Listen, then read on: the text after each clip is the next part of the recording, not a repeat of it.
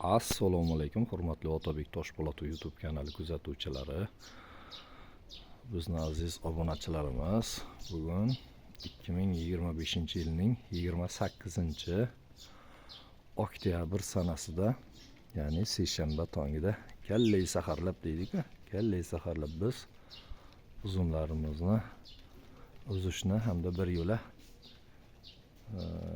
butashni boshladik. Bu hovlimizning ichidagi uzumlar, toypi uzumlar. Bularning ekilganiga taxminan 6-7 yilchalik bo'lib qolgan.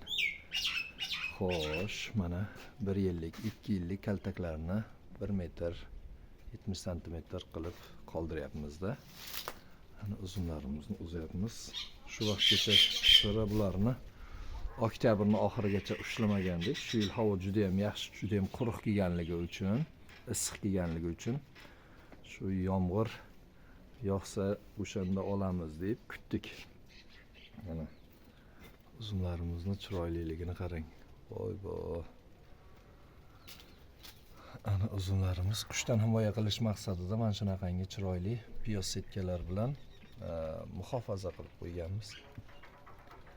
Agar havo yaxshi bo'lsa, uzumlarni yomg'irga qoldirmasdan saqlasangiz, bu juda ham bir qizg'ish tusga kirib, sarg'ish, qizg'ish tusga kirib, bu daraxtda turganning o'zida, tokda turganning o'zida ishtahani ochib yurar ekan.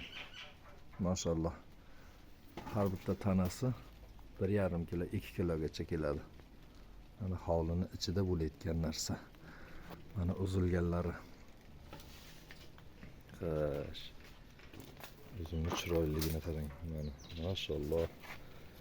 Ya Allah. Buni chiroyligini qarang. Xo'sh. Mana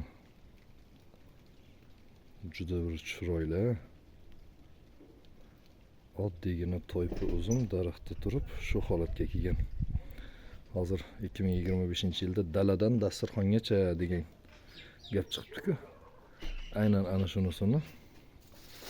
Xo'p, farzandlarimiz zavtr qilyapti. O'shalarga alashamiz-a. Oy. Open the window bo'ladimi? Derzani och. Mana. Wow, chiroyligini qara mana. Omadbek. How are you?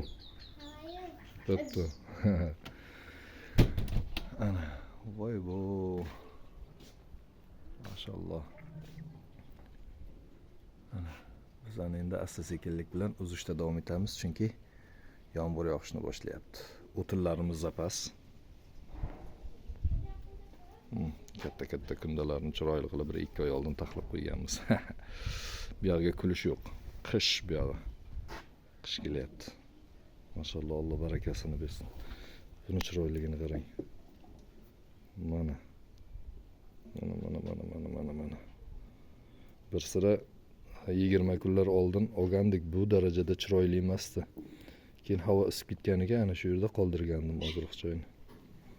Maşallah, Alloh barakasini bersin. Sog' bo'linglar.